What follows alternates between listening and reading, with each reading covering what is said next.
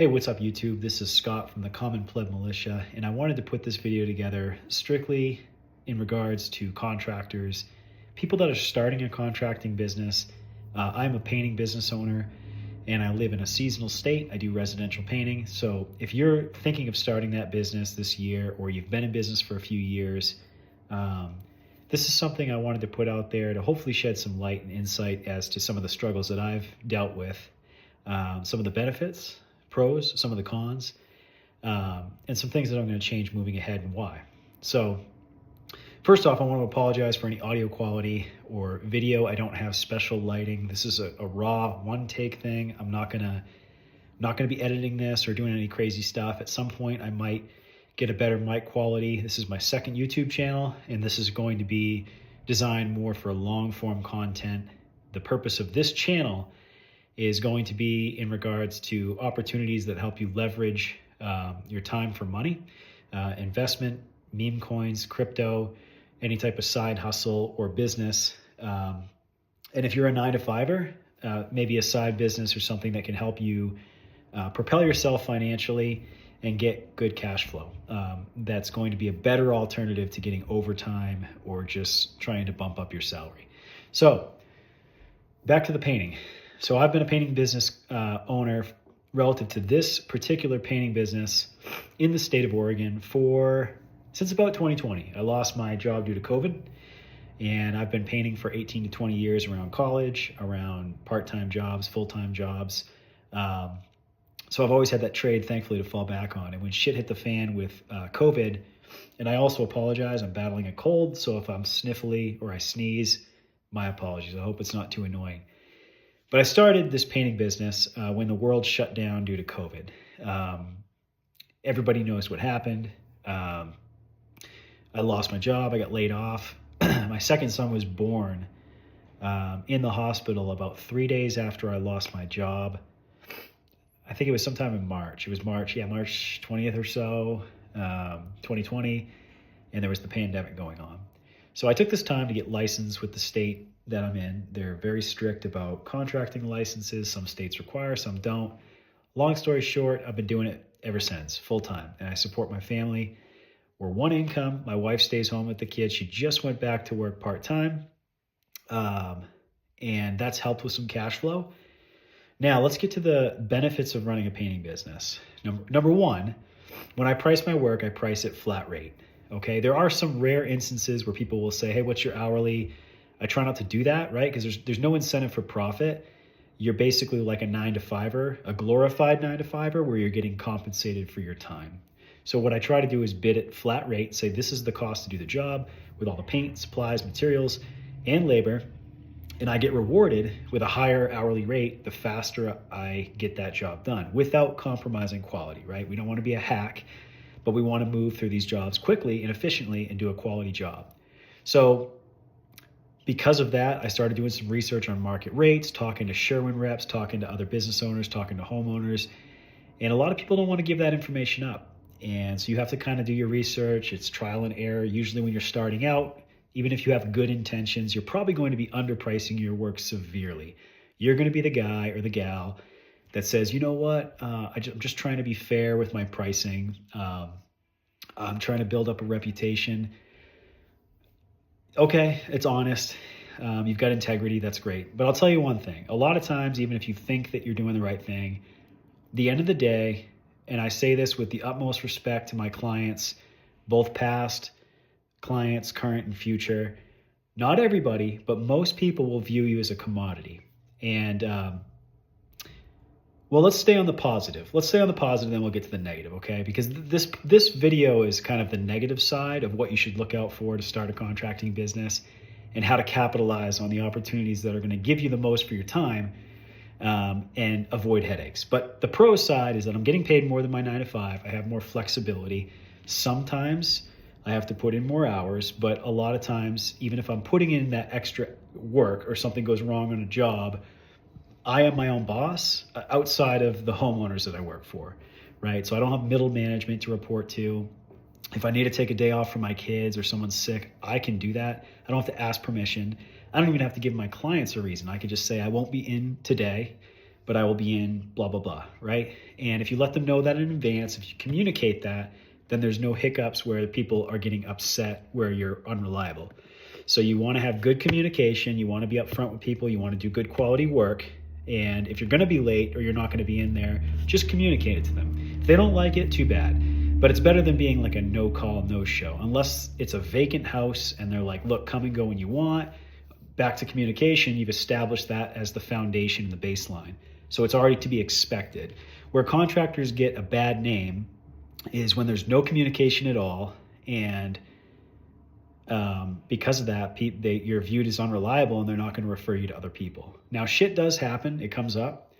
So if that ever happened where there was an emergency, it's like, hey, I'm so sorry. This is what happened. I meant to reach out to you sooner. People at least appreciate that. If you can say it on the front end, it's probably better. But yeah, positive side, I'm making more than my 9 to 5. I've got my bachelor's in business. I went to aerospace school. I was doing very specialized work, ultrasonic testing, non-destructive testing on composite parts for an aerospace manufacturer.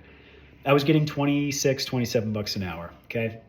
When you're painting, you can make, in the area that I'm in, some people price as low as 65, 75 an hour, which is way under market rates if you are running a legit business and paying your taxes. Up to, there's been some deck or fence staining jobs where I flat rate bid it, and I'm, based on how fast I'm going through that work, I can average 185, 200, 225, 250 an hour. So when you're flat rate bidding, again, you're not delegating an hourly, and very rarely do I ever have clients come back and say, whoa, we paid you too much based on how fast you went through this job. If that ever happens, you're basically telling them, look, this is the price that we agreed to. This is the scope of the work. If you're unhappy with the finished product, then we can talk about how to resolve that. But at the end of the day, you're getting paid for your experience and your time. And if they agreed to that rate and you have a contract, then they need to pay you that, okay?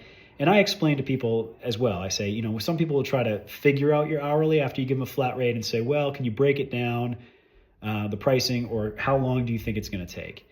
And I always tell them it's subjective. There's a variable based on weather, based on personnel. Some things go wrong. Sometimes we get through jobs quicker. Expectation, communication is set in advance. That way you don't look like a bad guy if you're blasting for the job. It's not that I'm out, or any contractor is out to take advantage of people or overcharge. I think there's an epidemic in the trades where people are grossly undercharging what they should be. This winter, I've put out what should be market rates. And the band on pricing was almost double. We had people coming in at 9K, people coming in at like 15 to 25K, all right? It was, and I told them from the start, I said, look, this is wintertime. This is when the residential painters dry up. There's more volatility in their work. People will get online and say, oh, just sell value. You'll stay busy if you increase your marketing. It's bullshit. Now we're moving into the downsides of being a business owner, okay? The downsides are that you're probably going to put in more hours than you think. A lot of people think, oh, I'd just be so much happier. My life would be less stressful if I was a sole proprietor or a business owner versus this shitty underpaying 9 to 5. You may get there at some point, but I'm telling you, you're going to run into some blood, sweat, tears. You're going to have people taking advantage of you. You're going to have times where your bank account dries up. There's seasonality. I live in a winter state. My workflow cuts down by over 50%. And I have to almost come in at a 50% rate cut based on the low ballers coming in. Why? I use lead generation sites in the wintertime. So all during the summer, it's organic calls and traffic to my website. But in the winter, I need that call volume. So I have to use lead generation sites. I would say 85% of my leads coming in off like Yelp, off of Thumbtack, Angie's List, any platform like that you're using. Most of them are trash leads, man. They will look at you as a commodity. Respect to my current clients, my past clients, my future clients. Not everybody, but a majority of people will look at you as simply a fucking commodity. And this is something that comes with experience, but you're going to learn red flags on wordage that people will use. Like, just so you know, we're thinking about painting it ourselves. Or, just so you know, we're collecting numerous bids. Anytime somebody says they're collecting numerous bids, you may as well just not even show up to the bid. Or if you do, try to push for a virtual proposal. Why? Unless you plan on being the cheapest painter and you need that work, they're going to waste your fucking time, okay? If you're in business to make money, you're not in the business of proposal writing. You don't want to take time away from your fucking kids and your family to drive out there and tap dance for someone that looks down on you and doesn't want to pay you what you need to be profitable. Okay? So when we talk about the downsides, there is seasonality. So many painters underprice their work, and myself included. I'm still coming in cheaper than other painting companies at times, even though I think I'm pricing at a premium. Okay? So the downside of that is that in this winter state, between November and March in Oregon, I'm taking a huge pay cut. And other painting companies will tell you, oh, no, that's not true. That's not true. Look, unless you got a multi-million-dollar contract with the government, with the state, with some massive builder, if you're in residential repaints like I am, okay, and you're a residential contractor, I've seen about 1/10 of the painters, vans, and trucks on the road from November up until now, which we are now in March of 2025, okay? It's been this way for 4 years. And that is why I have two options on how to solve this problem, and you do too, as a painting business contractor. You can either increase your rates, right? You can increase your rates to cushion yourself from that seasonality. And what you have is March, April, May, June, July, August, and September, and some of October, right? 2 of those months are kind of variables on the weather. You have those months to make almost a full year's salary, because come November to March, if you want to keep cash flow coming in, you're going to have to reduce your prices. When the call volume dries up, when the demand is not there, people lower prices. Now you can, if you're an excellent salesperson, or you sell on availability and say, I can be in there tomorrow, but here's my price. Or if you're an organic referral where Joe Smith, you worked for, you did a great job, they have nothing but great things to say to you, and they refer you to their wealthy friend. I've had people call me and say, Scott, I'm not going to price you out. Joe said you did a great job. I trust him. I'm taking his word for it. Just give me a bill that you think you need to stay profitable, and we'll go from there. Okay. Every once in a while, you get a gem client like that.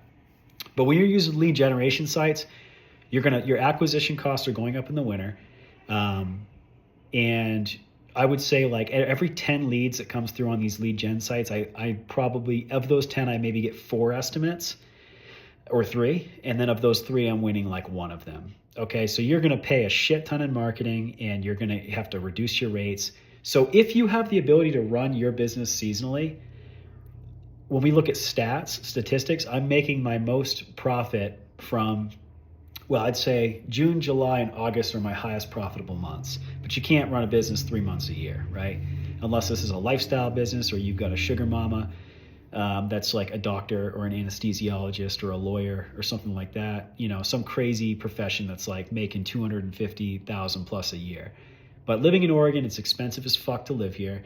My bills are outrageous, right? My wife just went back to work part-time. My utility bills just fucking doubled. My HOA rent is going up every year, and they're like Nazis here. I don't even want to be in an HOA.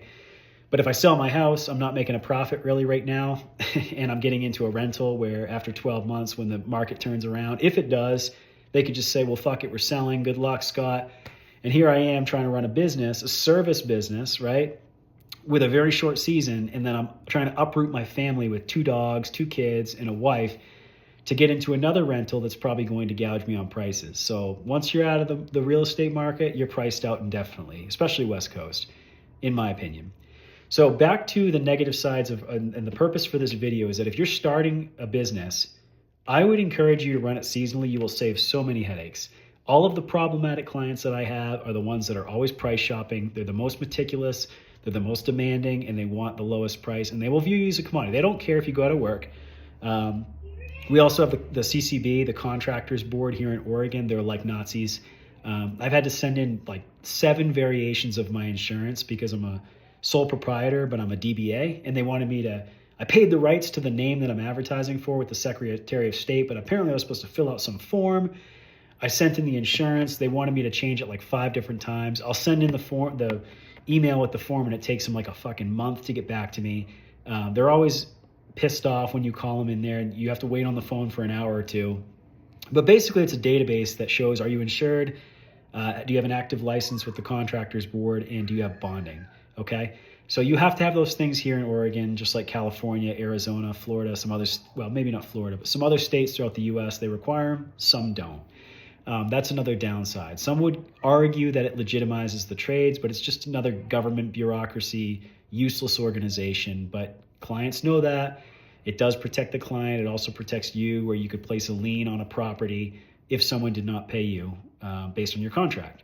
So again, back to pros.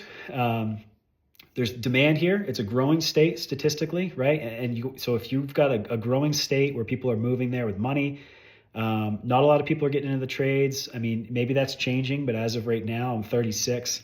There's not a lot of dudes my age or younger, or women, that are getting into it. So there's a lot of opportunity there. Downsides, service jobs like this, man. If you're trying to build an empire with employees, it's very difficult. It's a transient position. People will come, people will go, and you have to pay them a wage that's worthwhile, right? And you're running a seasonal business. So if you have employees, you're probably going to end up laying them off in the fall if you're doing residential repaints. If you can go the route of subcontracting, that's a lot easier. Then you don't have to pay workman's comp, right? So here in Oregon, they have to have their CCB as well if you're subcontracting. But if you can build an establishment or a relationship with a guy, let's say you know another dude that works for a bigger painting company, encourage him, and you're friends, right? Or you trust that guy or that gal. Encourage them to get their CCB license. And then if you have work to provide, you could tell them, look, instead of underpaying you as an employee where the government's going to take a third of your paycheck, get your license, okay? I'll teach you what I know so you can go out and get your own jobs. But if you're uncomfortable or you need to fill spacing, I'll 1099 you. In between that, okay, and with that 1099ing, you're going to keep more in your pocket. You'll have tax write-offs with mileage. You're going to make more, okay, as a licensed contractor. So I would encourage you to go that route unless you're planning to start a company where you've got 3 to 5 guys full-time that are killers, they're pounding through work, and you're priced at a profit. Okay, then you can do it if you think you can keep these guys busy year round. Maybe your wife works or your spouse, so you have more money that's being reinvested into the business. I'm a sole proprietor, one income.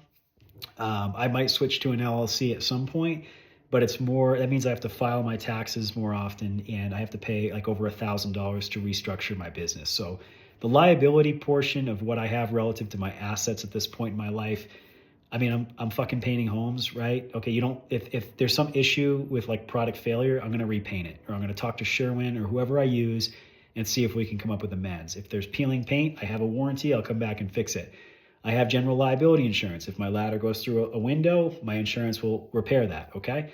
But it's not like I'm a plumber where if there's a water leak in an industrial complex, it's doing like $250,000 worth of damage, okay? So liability is pretty low. Do your research on how you're going to structure your business. I'm not a tax expert, but the way I've heard from other people and the way I look at it is if you're doing under like $100,000 a year in sales, or 150, probably a sole proprietor is fine. That's not a whole lot. But if you start getting above like 200, 250K gross, maybe you've got a couple subs under you, or you got 1 or 2 guys on payroll, then maybe you want to look at an LLC because you can get sued by employees and stuff like that. So that is, the more people that you have employed under you, the more subs or the more work that you're going through and clients you're dealing with, the higher the probability of a lawsuit or some legality issue. So pros, you make more money, somewhat flexibility if you've got it as a lifestyle business and your spouse is working. The cons, you're going to be putting in way more hours than you anticipate when you first start. At the end of the year, even if you think you're priced well, you're going to realize with the seasonality, with the weather, with things going right and going wrong on jobs, and appointments and sicknesses and unknowns that happened, or schedule shifts, usually at the end of the year, when you look at your books, you realize I brought in less than I actually thought I was going to. When you cut out the taxes, the overhead, all the stuff, license fees and inflation, you're going to realize that you wish you were making like 40% more than what you were priced at. So that's it for today. I can make another video. If anybody has any comments on questions that they have, I'm not an expert. I'm not running a multi-million-dollar company. I'm pretty small. But I've been painting for 18 to 20 years, and relative to this full-time business, I've been supporting my family since about COVID, and I'm happy to share any insight information that I have. But that's just some thoughts for today that I wanted to share. Little off topic to my channel, but for those that stumbled across it, again, that's what this channel is about. It's about, I've come to the conclusion where I'd like to get myself to a point where I can run my business seasonally and shut it down in the winter. I don't want to deal with cheap clients. I want to price what I know I need to make to be profitable. But oftentimes in the wintertime, being one income up until recently where my wife went back to work, there are times where I'd have to reduce my price to put food on the table. Now I'm faced with two issues. I either have to scale my business up and make more money so I can lower my price and have consistency at the slow times of the year, or I just bump my rates to make up for that difference during the slow time of the year, or I find a second source of income. And my wife now working part-time, I'm looking at alternative means to make money as well with various ventures. And at some point, my long-term goal is to run this as a lifestyle business. Like me, maybe 2 to 3 helpers or subs, and we go through the exterior season, and then everyone hibernates in their home during the winter and just chills. So I'm not saying that's the right way to do it. I'm just saying that I've got a little bit of pride and I'm hard-headed, and I'm sick of other contractors coming in 60% under me and basically being viewed as a fucking commodity. I don't want to play that game. So I'm taking steps to get out of that. So I hope that helps for today. If you have any questions, leave a comment. If you're interested in trying to leverage, we talk about meme coins, crypto. I also, in my bio, I have a link for Moonshot, which is a crypto trading app. If you're into like meme trading and stuff like that. Some of you probably heard of the Trump coin. I had $15 and turned it into 500 on that. So those meme coins are a gamble, but you can make some good money on it. If you're interested, you can get up to $100 in free meme coins, anywhere between $1 and $100 with a qualified deposit. I think it's like $20 maybe, unless they've changed it. You can just click the link, connect you can use Apple Pay, debit, credit card. Little off topic, but I'm big into crypto, and I'm big into trying to invest and trade because of that second source of income, right? If I can supplement my painting with something that is not derived or directly tied to the weather or seasonality, then I can get myself to a point where I'm making money online. And that's my goal. So for anybody that wants to do that, maybe you're in the same situation, but you want to start trading or investing, you can also buy Bitcoin on there. Feel free to click that link and subscribe if you're interested. Have a good one, guys. Take it easy.